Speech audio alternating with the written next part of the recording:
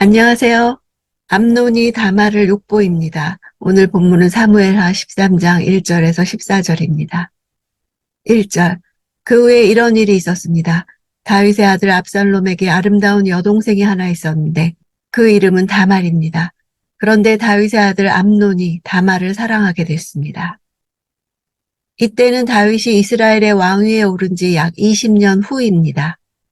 압살롬과 암논의 이름 앞에 다윗의 아들이라는 수식어가 공통적으로 등장해 그들 사이에 일어난 갈등과 살인사건이 바로 다윗의 가족 사이에서 일어난 범죄로 다윗에 대한 하나님의 심판임을 강조합니다.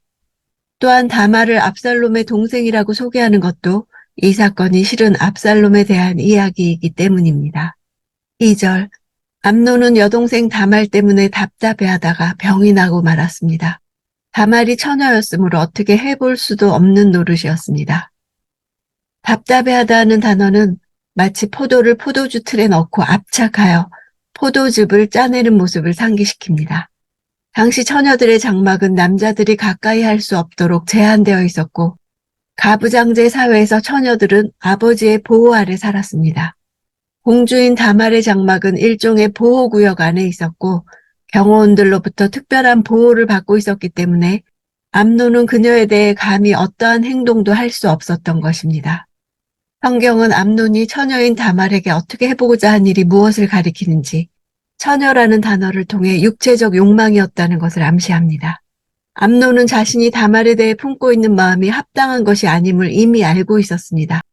그는 율법의 규정에 따라 관계를 맺을 수 없는 대상에 대해 억제할 수 없는 욕망을 품고서 그것을 해결하지 못해 고통 속에 사로잡혀 살았던 것입니다. 3절. 암논에게는 요나답이라는 친구가 있었는데 그는 다윗의 형인 시므아의 아들로서 매우 교활한 사람이었습니다. 교활하다는 단어는 창세기에 뱀이 들짐승 중에 가장 강교하다고 할 때 같은 단어입니다. 교활의 가장 전형적인 수단은 속이는 것입니다. 요나단은 자신의 관계에 다윗을 끌어들여 다윗을 개입시킵니다. 요나답 역시 다윗의 혈족임을 보여줌으로써 요나답의 관계로 인해 성공을 거두게 될 암논에 의한 다말 추행 사건이 다윗과 깊이 연관된 하나님의 심판임을 드러냅니다. 5절. 요나답이 말했습니다. 침대로 가서 아픈 척하고 있어라. 내 아버지가 너를 보러 오시면 이렇게 말하여라. 제 여동생 다말을 보내 제게 먹을 것을 주고 제가 보는 앞에서 먹을 것을 마련해 그 손으로 먹여주게 해주십시오. 라고 말이다. 보는 앞에서 먹을 것을 마련하라는 것은 가치 있는 시간을 길게 가지도록 하려는 술책입니다. 손으로 먹여주라는 것은 다말과의 거리를 더욱 좁히라는 뜻입니다. 이러한 모습은 어머니가 자녀에게 혹은 아내가 남편에게나 할 수 있는 모습입니다. 요나답이 그런 교활한 계략을 꾸민 것은 암논의 목적을 이루는 데 일조함으로써 자신의 훗날을 대비할 수 있다고 생각했기 때문일 것입니다. 7절. 다윗은 집에 사람을 보내 다말에게 말을 전했습니다. 내 오빠 암논의 집으로 가서 그에게 먹을 것을 마련해 주어라. 보내라는 동사를 써서 과거 자신이 밧세바를 범하는 일을 위해 사람을 보냈던 것처럼 아들 암논이 다말을 범하는 일을 위해 사람을 보내고 있음을 나타내고 있습니다. 같은 표현을 사용함으로써 다윗 가문에 일어날 근친상간의 비극이 과거 다윗이 저질렀던 범죄에 대한 하나님의 심판임을 암시하고 있습니다. 8절. 그리하여 다말이 자기 오빠 암논의 집으로 가보니 암논이 누워 있었습니다. 다말은 밀가루를 반죽해 그가 보는 앞에서 빵을 만들어 구웠습니다.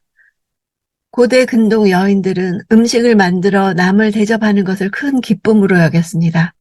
따라서 다말은 자신이 병중에 있는 이복오라비 암논의 집에 시중 들러가는 것을 이상하게 생각하기는커녕 오히려 큰 기쁨으로 여겼을 것입니다. 보는 앞에서라는 표현이 3번이나 등장하며 암논이 다말 보기를 심히 원했다는 사실과 더불어 다말이 그녀를 범하고자 하는 암논의 마수에 걸려들었음을 암시합니다. 고대 히브리인들의 집은 거실과 부엌에 구분이 없었습니다.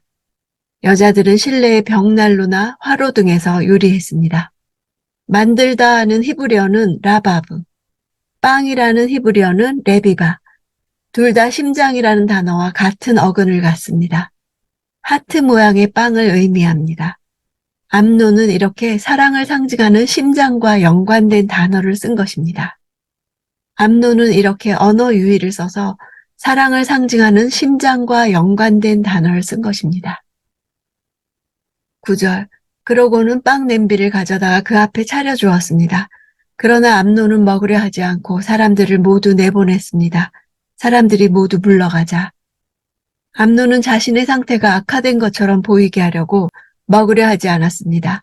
암논이 원한 것은 다말이 만든 빵이 아니라 다말이었으므로 먹기를 거절하고 오직 다말을 범할 기회만을 노렸던 것입니다. 사람들을 모두 내보냈다 해서 사람은 남자를 의미하는 단어입니다. 그러므로 밖으로 나가는 대상에서 다말은 제외됩니다.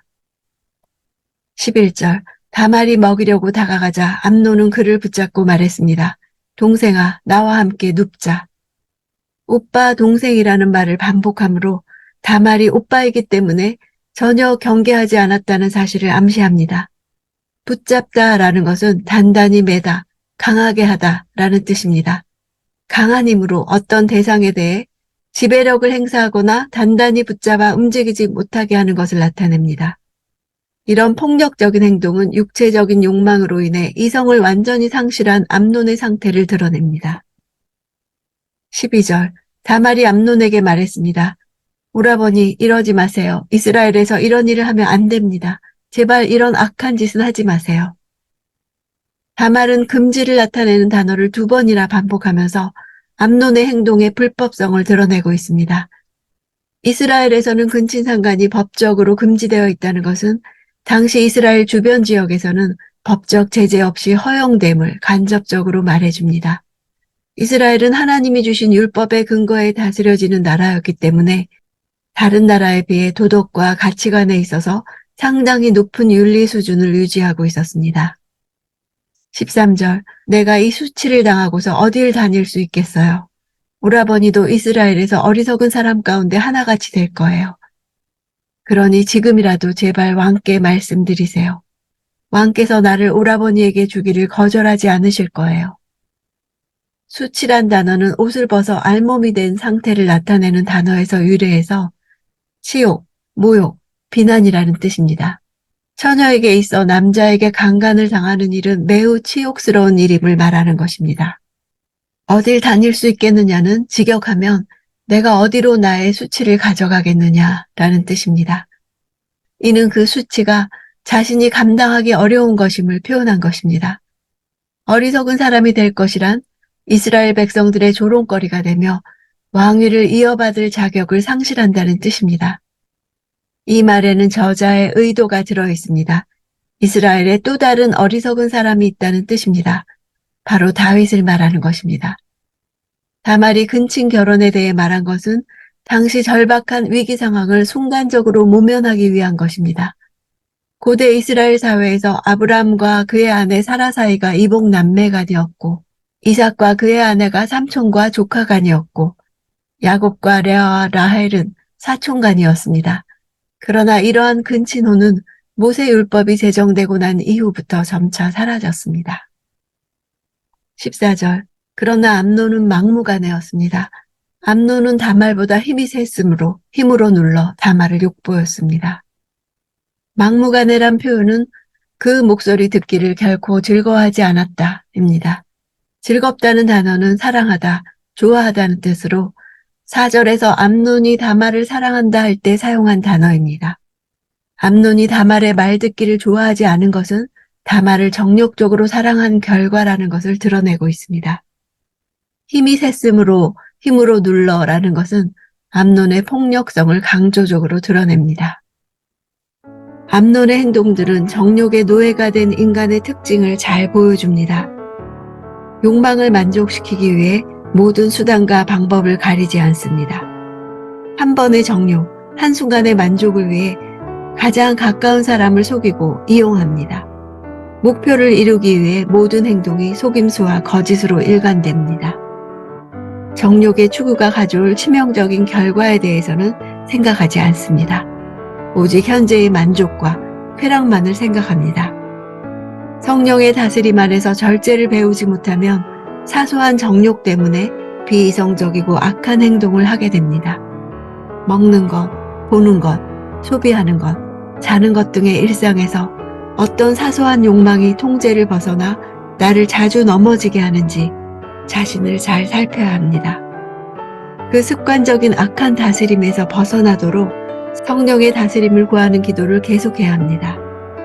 나는 하나님께서 값을 치르고 사신 존재입니다. 나의 몸으로 하나님께 영광을 돌리기 원하십니다.